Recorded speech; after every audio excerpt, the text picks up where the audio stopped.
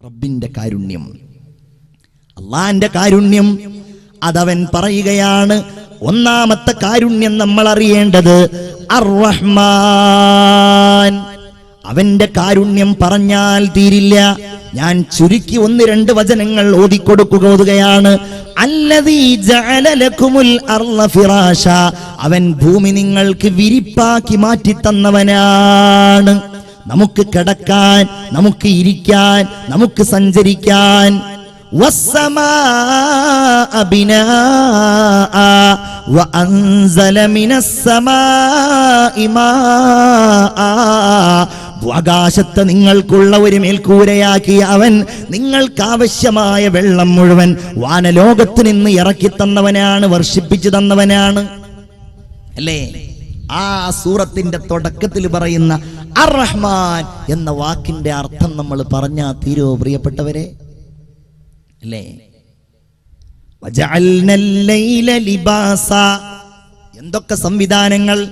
നമ്മൾ ഈമാനുള്ളവർ ആലോചിക്കേണ്ടത്, അല്ലാഹ് പറയുന്നത് ഇത് മനുഷ്യരുടെ കഴിവല്ല, ഇത് പ്രകൃതിയുടെ കഴിവല്ല. വജഅൽന, നമ്മൾ ആക്കിയിരിക്കുന്നു, അല്ലൈൽ, രാത്രിയെ, ലിബാസ, വസ്ത്രമാക്കിയിരിക്കുന്നു. നിങ്ങൾക്ക് വിശ്രമിക്കണമല്ലോ, നിങ്ങൾക്ക് ഉറങ്ങണമല്ലോ. പൊതുസമൂഹത്തിൽ നിന്നും പല കാര്യങ്ങളും നിങ്ങൾ മറച്ചു പിടിക്കാൻ മോഹിക്കുന്നുണ്ടല്ലോ. ആ കാര്യങ്ങൾ നിങ്ങൾക്ക് ചെയ്യാൻ നിങ്ങൾക്ക് ഇതാരാവ്. വല്ലൈലി ഇദാ അസ്അസ്. ഖുർആനിന്റെ വാക്യങ്ങൾ എത്ര മനോഹരമാണ്! രാത്രി ഇങ്ങനെ പതുക്കെ പതുക്കെ പിൻവാങ്ങുന്നു. വസ്സുബ്ഹി ഇദാ തനഫസ്. പകലിതാ പതുക്കെ പതുക്കെ ശ്വാസം വിട്ട് ഇങ്ങനെ വരുന്നു.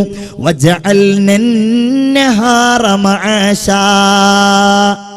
ഞാൻ അർത്ഥം മാത്രം പറയുന്നു, ഒരുപാട് കാര്യങ്ങൾ പറയാനുണ്ട്.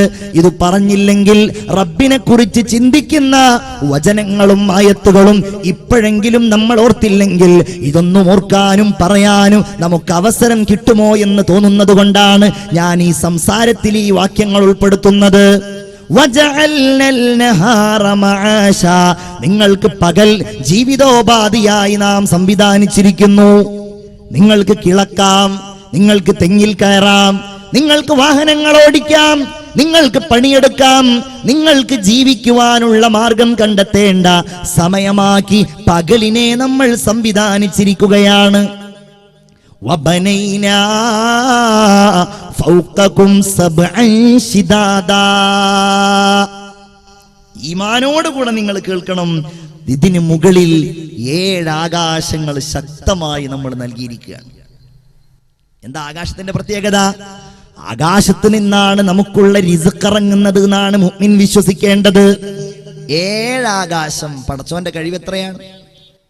പണ്ഡിതന്മാര് പറയുന്നുണ്ട്, 1-ാം ആകാശവും 2-ാം ആകാശവും ഒന്ന് താരതമ്യം ചെയ്താൽ, 1-ാം ആകാശവും 2-ാം ആകാശവും ഒന്ന് താരതമ്യം ചെയ്താൽ, വിശാലമായ ഒരു മരുഭൂമിയിൽ ഒരു മോതിരമിട്ടാൽ എത്രയുണ്ടാകുമോ അത്രയാണത്രേ 1-ാം ആകാശം ഉണ്ടാവുള്ളൂ 2-ാം ആകാശത്തിലേക്ക്. അത്രേ ഈ 2ഉം 3-ാം ആകാശത്തേക്കുണ്ടാകൂ. 6 ആകാശങ്ങളും ചുരുട്ടിക്കൂട്ടി 7-ാം ആകാശത്തേക്ക് നോക്കിയാലോ അതും വലിയ ഒരു മരുഭൂമിയിൽ ഒരു ചെറിയ മോതിരത്തിന് സമാനമേ ഉണ്ടാകൂ. അല്ലാ, നിന്റെ കഴിവെത്രയാണ്! ലോകം അവസാനിക്കുന്ന ഘട്ടത്തില് ആ അല്ലാഹുവല്ലേ മത്വിയാ. ഈ കൈകളില്, അല്ലാഹുവിന്റെ കരങ്ങളില് അതിന്റെ ശക്തി എത്രയാണ്, അതിന്റെ കഴിവെത്രയാണ് അല്ലാഹുവേ നിനക്കല്ലാതെ അറിയില്ല.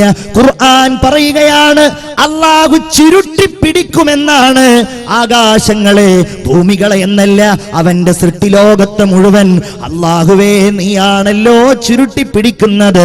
എന്നിട്ടവൻ ചോദിക്കുന്നത് ലിമനിൽ മുൽക്കുൽ യൗം. പറയുക, ഇന്നത്തെ അധികാരം ആർക്കാണ്? ലില്ലാഹിൽ വാഹിദിൽ ഖഹാർ. അന്നായിരിക്കും എല്ലാവരും സമ്മതിക്കുക അല്ലാഹുവിന്റെ അധീശത്വത്തെ കുറിച്ച്, അവന്റെ കഴിവിനെ കുറിച്ച്. തീർന്നില്ല.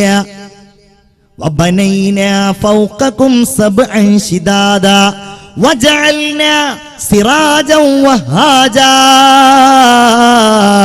കത്തിജ്വലിക്കുന്ന വിളക്കായി സൂര്യനെ സംവിധാനിച്ചവൻ നമ്മളാണ്. സൂര്യനില്ലെങ്കിൽ സസ്യങ്ങൾ വളരുമോ? സൂര്യനില്ലെങ്കിൽ നമുക്ക് വെളിച്ചമുണ്ടാകുമോ? സൂര്യനില്ലെങ്കിൽ രാവുണ്ടാകുമോ? പകലുണ്ടാകുമോ? ഭക്ഷണങ്ങൾ ഉണ്ടാകുമോ? സൂര്യനെ സംവിധാനിച്ചത് നാമാണ്. وأنزلنا من المعصرات ماء ثجاجا لنخرج به حبا ونباتا. ഖുർആനിനെ സ്നേഹിക്കുന്നവരെ, നിങ്ങൾ ഈ വചനങ്ങളിലേക്ക് ശ്രദ്ധിക്കുക. അമ്മയാണ് സൂറത്ത് അമ്മ. വഅൻസൽനാ, നാം ഇറക്കിയിരിക്കുന്നു. മിനൽ മുഅ്സിറാത്തി, മിനൽ മുഅ്സിറാത്തി, കെട്ടി നിർത്തിയിരിക്കുന്ന മേഘക്കൂട്ടങ്ങളിൽ നിന്ന് നാം ഇറക്കിയിരിക്കുന്നു.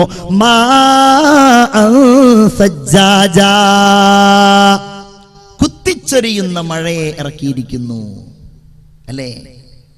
ഈ വെള്ളം ഇങ്ങോട്ട് വന്നാലോ, അന്നാ സ്വബബ്നൽ മാഅ സ്വബ്ബ, ആകാശത്ത് നിന്ന് നാം മഴ പെയ്യിപ്പിച്ചു, മഴ വർഷിപ്പിച്ചു. സുമ്മ ശഖഖ്നൽ അർള ശഖ്ഖാ, പിന്നെ ആ ഭൂമിയെ നാം പിളർത്തിയിരിക്കുന്നു. ഫഅംബത്നാ ഫീഹാ സുമ്മ ശഖഖ്നൽ അർള ശഖ്ഖാ വഅംബത്നാ ഫീഹാ حبا وعنبا وقلبا وزيتونا ونخلا وحدائق غلبا وفاكهة وأبا متاعا لكم ولأنعامكم. നിങ്ങൾക്കുള്ള ഭക്ഷണം, നിങ്ങളുടെ മൃഗങ്ങൾക്കുള്ള ഭക്ഷണം ഈത്തപ്പഴങ്ങളായി, ഫലവർഗ്ഗങ്ങളായി, സസ്യങ്ങളായി, നെല്ലുകളായി, എന്തെല്ലാം എന്തെല്ലാം. ആരാണിത് നൽകിയത്? അർ-റഹ്മാൻ,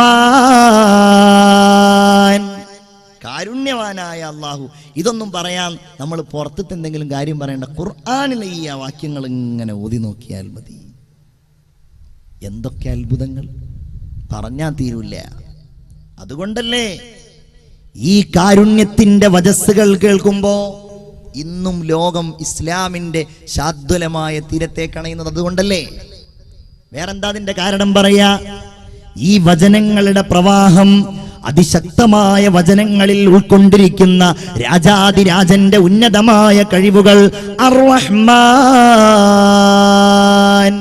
അല്ലാഹുവിന്റെ കാരുണ്യത്തെ കുറിച്ച് മനസ്സിലാക്കിയാൽ ആർക്കാണ് പ്രിയപ്പെട്ടവരെ ഈ ദീനിനെ അംഗീകരിക്കാതിരിക്കാൻ കഴിയുക? അല്ലേ? കാറ്റ് സ്റ്റീവൻസ് എന്ന വലിയ ഉന്നതനായ പോപ്പ് സംഗീതജ്ഞനെ കുറിച്ച് കേൾക്കാത്തവർ ഉണ്ടായിക്കൊള്ളണം എന്നില്ല. പോപ്പ് സംഗീതം നമുക്കാർക്കും പരിചയമില്ല. പക്ഷെ എന്നാലും പോപ്പ് ഗായകന്മാരെ നമുക്ക് എല്ലാവർക്കും അറിയാം. അപ്പൊ നിങ്ങൾക്ക് എല്ലാവർക്കും സുപരിചിതനായ ഒരു പോപ്പ് സംഗീതജ്ഞനാണ് ആര്? നിങ്ങൾക്ക് എല്ലാവർക്കും അറിയാം, മൈക്കൽ ജാക്സൺ. ഇല്ലേ? മൈക്കൽ ജാക്സൺ പോപ്പ് സംഗീതത്തിലൂടെ നേടിയെടുത്ത സ്ഥാനങ്ങളും നേട്ടങ്ങളും പണവും പ്രതാപവും ഒക്കെ അദ്ദേഹം മരിച്ചതിനോടനുബന്ധിച്ച് പത്രങ്ങളിൽ നമ്മൾ വായിച്ചിട്ടുണ്ടായിരുന്നു. സത്യത്തിൽ നമ്മൾ ആരും ജീവിതത്തിൽ ഇന്ന് വരെ പോപ്പ് സംഗീതം കേട്ടിട്ടില്ല. എന്നാലും പോപ്പ് സംഗീതം ലോകത്ത് പ്രശസ്തമാണ്. ഞാൻ പറയുന്നത് പാശ്ചാത്യ ലോകത്ത് പോപ്പ് സംഗീതജ്ഞന്മാരെന്ന് പറഞ്ഞാൽ അവിടെ വലിയ ആരാധനാപാത്രങ്ങളാണ്. അന്ന് 970 കാലഘട്ടങ്ങളിൽ അമേരിക്കയടക്കമുള്ള, ബ്രിട്ടൻ അടക്കമുള്ള പാശ്ചാത്യൻ രാജ്യങ്ങളിൽ ഉന്നതനായി അറിയപ്പെട്ടിരുന്ന പോപ്പ് സംഗീതജ്ഞനായിരുന്നു കാറ്റ് സ്റ്റീവൻസ്. ഇദ്ദേഹത്തിന്റെ ജീവചരിത്രം നിങ്ങൾക്ക് വേണമെങ്കിൽ ഒന്ന് മൊബൈൽ ഫോണിൽ നെറ്റുള്ള ആളുകൾ ഉണ്ടാവുമല്ലോ, കാറ്റ് സ്റ്റീവൻസ് എന്ന് അതിൽ നിങ്ങൾ ടൈപ്പ് ചെയ്താൽ ഞാൻ ഇനി പറയാൻ പോകുന്ന കാര്യങ്ങൾ നിങ്ങൾക്കതിൽ കാണാൻ കഴിയും. അദ്ദേഹം തന്നെ പറയുന്ന കാര്യങ്ങളാണ്. 978 അദ്ദേഹം മൊറോക്കോ സന്ദർശിക്കാൻ വേണ്ടി പോവുകയാണ്. മുസ്ലിം രാജ്യമായ മൊറോക്കോ. മൊറോക്കോയുടെ തെരുവോരത്തിലൂടെ കാറ്റ് സ്റ്റീവൻസ് ഇങ്ങനെ നടന്നു പോകുമ്പോഴാണ് പെട്ടെന്നാണ് പള്ളിയിൽ നിന്ന്, പരിസരങ്ങളിൽ നിന്ന് അല്ലാഹു അക്ബർ അല്ലാഹു അക്ബർ ബാങ്ക് കേൾക്കുന്നത്. അല്ലാഹു വലിയവനാണ്, അല്ലാഹു ഏറ്റവും വലിയവനാണ്. കാറ്റ് സ്റ്റീവൻസ് ചോദിച്ചു, വാട്ട് ഈസ് ദിസ് മ്യൂസിക്? ഇതെന്താണ് ഇങ്ങനെ ഒരു മ്യൂസിക്, ഞാൻ കേട്ടിട്ടില്ലല്ലോ. കൂടെയുള്ള ആളുകൾ പറഞ്ഞു കൊടുത്തു, this is the music of God, ഇത് ദൈവത്തിന്റെ സംഗീതമാണ്. ഇദ്ദേഹം പറയുന്നു, ദൈവത്തിന്റെ സംഗീതമോ? ഒരുപാട് മ്യൂസിക്കുകളെ പറ്റി ഞാൻ കേട്ടിട്ടുണ്ട്. I have heard about many musics, ഒരുപാട് മ്യൂസിക്കുകളെ കുറിച്ച് ഞാൻ കേട്ടിട്ടുണ്ട്. പക്ഷെ ആദ്യമായിട്ടാണ് മ്യൂസിക് ഓഫ് ഗോഡിനെ കുറിച്ച് ഞാൻ കേൾക്കുന്നത്. അദ്ദേഹം പറയുന്നുണ്ട്, മ്യൂസിക് ഫോർ ഫെയിം, പ്രശസ്തിക്ക് വേണ്ടിയുള്ള സംഗീതം. മ്യൂസിക് ഫോർ മണി, പണത്തിന് വേണ്ടിയുള്ള സംഗീതം. മ്യൂസിക് ഫോർ പവർ, ഇതൊക്കെ കേട്ടിട്ടുണ്ട്. അധികാരത്തിന് വേണ്ടിയുള്ള സംഗീതം. സംഗീതത്തിന്റെ പല വഴികളും എനിക്കറിയാം. ദൈവത്തിനുമുണ്ടോ ഒരു സംഗീതം? അത് മനസ്സിൽ കുറിച്ചിട്ടു ഇദ്ദേഹം. പിന്നീട് ഇദ്ദേഹം നാട്ടിലേക്ക് വരികയാണ്. അദ്ദേഹം പറയുന്നു, ഒരിക്കൽ ഞാനിങ്ങനെ എന്റെ ഹോളി ആഘോഷിക്കുന്നതിനിടയിൽ ഞാനിങ്ങനെ കടൽ തീരത്ത് കുളിച്ചുകൊണ്ടിരിക്കുകയാണ്. മെൽബോ കടൽ തീരത്ത് ഞാൻ കുളിച്ചുകൊണ്ടിരിക്കുമ്പോ പെട്ടെന്നാണ് എന്നെ ഒരു തിരമാല ഇങ്ങനെ തള്ളി തള്ളി തള്ളി ഇങ്ങനെ കടലിന്റെ ആഴിയിലേക്ക്, അഗാധതയിലേക്ക് കൊണ്ടുപോകുന്നത്. ഞാൻ മരണത്തെ മുന്നിൽ കണ്ടു. മുന്നിൽ കണ്ടപ്പോ ഞാൻ വിളിച്ചു, ഓ മൈ ഗോഡ്, എന്റെ ദൈവമേ, ഇഫ് യു സേവ് മീ, എന്നെ നീ രക്ഷപ്പെടുത്തുകയാണെങ്കിൽ I will live for you, I will work for you, ഞാൻ നിനക്ക് വേണ്ടി ജീവിക്കാം ദൈവമേ, ഞാൻ നിനക്ക് വേണ്ടി പണിയെടുക്കാം ദൈവമേ. അദ്ദേഹം പറയുന്നു, ഞാൻ അറിയാത്ത ഏതോ ഒരു തിരമാല എന്നെ ഇങ്ങനെ തള്ളി തള്ളി തള്ളി കരയിലേക്ക് കൊണ്ടു. ഞാൻ അത്ഭുതപ്പെട്ടു. പിന്നെ എന്റെ അന്വേഷണം ദൈവത്തെയായിരുന്നു. എവിടെയാണ് ഞാൻ അന്വേഷിക്കേണ്ടത്? പലയിടങ്ങളിലും ഞാൻ പോയി. ഇത് സത്യസന്ധമായി അദ്ദേഹം രേഖപ്പെടുത്തിയ കാര്യമാണ്. അദ്ദേഹം പറയുന്നു, ഞാൻ ക്രൈസ്തവ മതത്തെക്കുറിച്ച് പഠിച്ചു, ഞാൻ ജൂത മതത്തെക്കുറിച്ച് പഠിച്ചു, ഞാൻ ബുദ്ധിസത്തെക്കുറിച്ച് പഠിച്ചു. അങ്ങനെ ഇരിക്കുമ്പോഴാണ് ഇസ്രായേൽ കടൽ സന്ദർശനം കഴിഞ്ഞ് എന്റെ ഒരു സഹോദരൻ തിരിച്ചു വരുന്നത്. അവൻ എനിക്ക് വിശുദ്ധ ഖുർആനിന്റെ ഒരു കോപ്പി കൊണ്ടു തന്നു. ഞാനത് വായിച്ചു. ഞാനത് എന്റെ ഒരു മുസ്ലിം സുഹൃത്തിനെ ഉപയോഗിച്ച് പഠിച്ചു. അലിഫ് ലാം റാ തിൽക ആയാതുൽ കിതാബിൽ മുബീൻ ഇന്നാ അൻസൽനാഹു ഖുർആനൻ അറബിയ്യൻ ലഅല്ലകും തഅഖിലൂൻ നഹ്നു നഖുസ്സു അലൈക അഹ്സനൽ ഖസസ് ബിമാ ഔഹൈനാ ഇലൈക ഹാദൽ ഖുർആൻ വഇൻ കുൻത മിൻ ഖബ്ലിഹി ലമിനൽ ഗാഫിലീൻ. സൂറത്ത് യൂസുഫ്.